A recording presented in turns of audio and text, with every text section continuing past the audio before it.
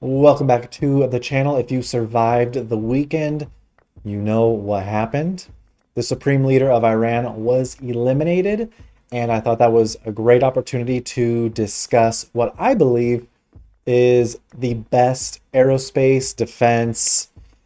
Think of Lockheed Martin, fighter jets, all that stuff, ammo, guns, military defense, all that, the best ETF. So as you can see behind me, this is a beautiful looking ETF. I'm gonna go ahead and actually move my head so we can see a few things.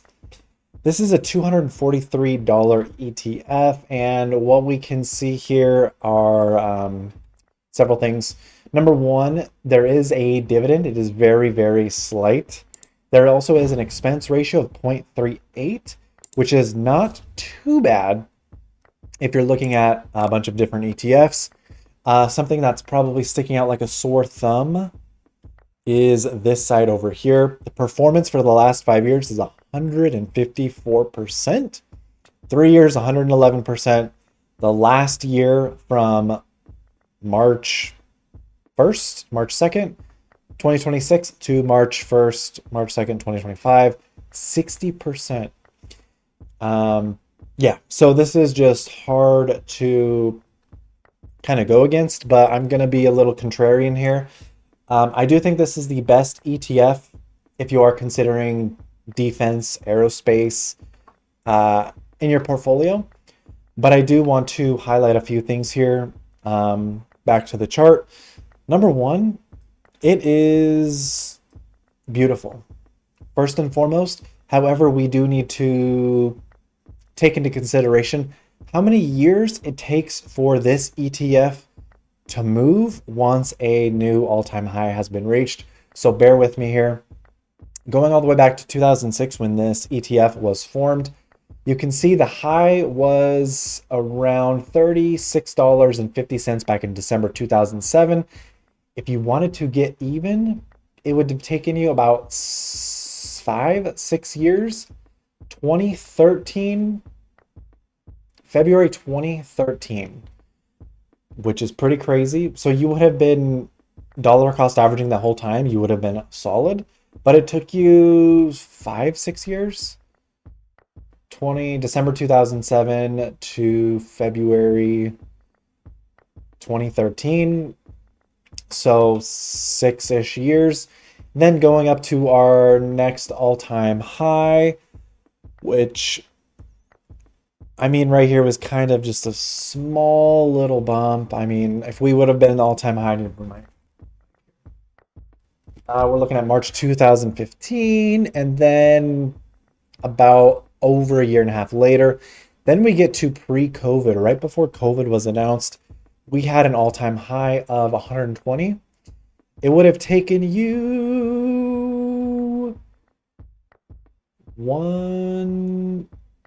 December 2023. So almost 4 years, right? Yeah, from January 2020 to January 2024, almost. So 3 years, 11 months. And now that brings us to where we are today, which is another all-time high. It just doesn't stop. One thing I think, sorry if I'm yelling, let me turn this down. One thing I think we also need to consider, just based on visuals, every time this ETF comes down to the 50 SMA, which is this orange line, that is a fantastic signal to buy. So every time, like, look right here, this was absolutely perfect, bounced right off, and then the price actually fell through the 50 SMA. Then it really just kind of was acting as a magnet, blasted off right there. So I think if you are looking to get into a defense and aerospace ETF, this is a fantastic one, but I think the timing is not right. Again, I think every 4 years, once we get a new all-time high, is probably the sweet spot. I would love for this to come back down to the 140s before I even begin to think about adding. So I just want to bring this to your attention for when this comes back to reality. Put it on your watch list. But I do want to give you some hope, because if you've been following my channel for the past 3 or 4 years, I do like to say that the S&P 500 should be a consideration if you are looking to invest long term. It is stress-free, follows the top 500 stocks in the US stock market. Very emotionless, just add to that every month, week, whatever's your sweet spot. But for this ETF, these top 3 holdings, 4, are in the S&P 500. So if you do hold the S&P 500, you do have some exposure to these aerospace and defense ETFs. So now that we've kind of discussed that, I think just as a visual representation for where we would want to add, I would say wait till it gets down to the 50. But now let's take a peek at Thinkorswim here. One thing I did want to point out while we are talking about ticker symbol ITA, that is the Aerospace and Defense ETF, look at how insane the ownership has gone. All-time high ownership right here. Again, it currently reflects in the stock price as well, but you can just see how we get kind of notified when large money hedge funds start to buy and accumulate. All of this is accumulation here, a little bit of a sell-off, and then bam, new all-time high. So absolutely insane. And then if you go down here, you can see which big hedge funds and, mom and pop wealth groups, money management companies, states, retirement systems actually invest in this ETF. You can go to fintel.io/so/US/ITA, which is the ticker symbol. All right. Because I want to kind of pinpoint where we could expect this to ideally come back down. And if we are looking at charting, I think this line that I have here going all the way back to 2010 is a great precursor because it has been acting as a magnet to this ETF all the way through 2025, 15-year support resistance essentially.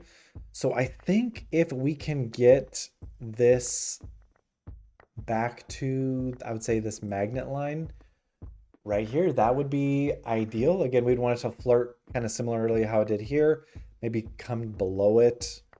But I don't think current prices are where we would want to get in just yet, at least for myself. Again, with the continued escalations overseas, this feels like a no-brainer, but I do just want to emphasize every time this does break a new all-time high and you guys just lost me, it does take several years to get back to growth from an ETF standpoint. So that's all I've got for you guys today with this ETF. Just wanted to bring it to your attention. Add it to your watch list. Again, if you are interested in looking at the others, let me just switch back to here. If you're interested in looking at other individual stocks for aerospace and defense, come to FinViz or just Google ITA ETF and then download the holdings. And it will tell you all 46 of the holdings within this ETF. And again, the benefit to holding an ETF rather than individual stocks, whenever the portfolio manager, which is BlackRock, switches out, let's say GE Aerospace, RTX, and Boeing for, let's say, Palantir, they move Northrop up and General Dynamics, you don't absorb or take a hit tax-wise. It's all baked into the ETF. So that is a benefit here. And again, that's why I also like the S&P 500 because you've got it managed for you, the top 500 stocks. So again, if you're looking at individual stocks, feel free to come here in the top holdings for aerospace and defense. I like this, but I don't like this yet. But I did want to bring it to your attention just with the ongoing events. Anyway, I hope you made it this far. If you did, I adore you, and I hope you have a great day, and I'll see you later this week.